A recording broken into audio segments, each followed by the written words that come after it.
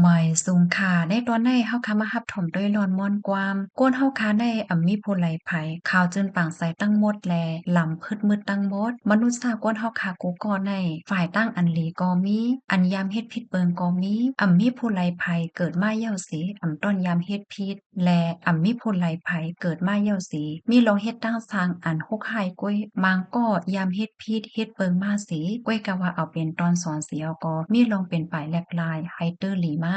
มางก็ป้อด้วยตั้งดอกได้ก็เหมือนหางหลีก้วยกาวามีลองเฮ็ดสร้างอันหลีซ้อนไว้อยู่จังไหนก็มีก็เปิ้นนั่นแหละลองตัดสินใจก้นเสก็นั่นเฮาคาดด้วยลองเหลียวเปิงเหลียวด้วยขิงข้าวยามพอดเสตัดได้ก็มันไปเป็นถ้ำค่ะการที่เฮาคาป่องใจเข้าใจว่ามนุษย์สากลเฮาคาในมีผู้ไหลไผเต็มโทนโหปากเต็มอันลำลองเลอเสเปิ้นสุดได้ก็ใจว่าก้นก้อนในยามเฮ็ดผิดยามเปลี่ยนอีสังมา ก้อยกะว่ามันเป็นในวันเมื่อในเขาเลิกดีเตว่นเตเฮ็ดสร้างเตใจตื้อเพราะว่าจัดปานกว่าจึงหือในนั้นยาวค่ะก็เปิ้นนั่นแลสันเจิ้นหนังว่าเมื่อกาก่อนป่นมานั่นยามมีลองเฮ็ดผิดเฮ็ดเปิงเลยจึงอยากกลุ่มก่อว่นนำคำใจเจ้ามันอยู่ยาวค่ะแต่เอาวันเมื่อในกว่าก้อยอันลำลวงว่าเฮาคาเตเลิกไปเส้นต้านจึงหือตอนตัดเพราะว่าจัดปานโตเจ้าเก่าในนั้นยาวค่ะพี่น้องค่ะรับถอมยาวหันถึงจึงหือพองปันตั้งหันถึงมาเลยค่ะออ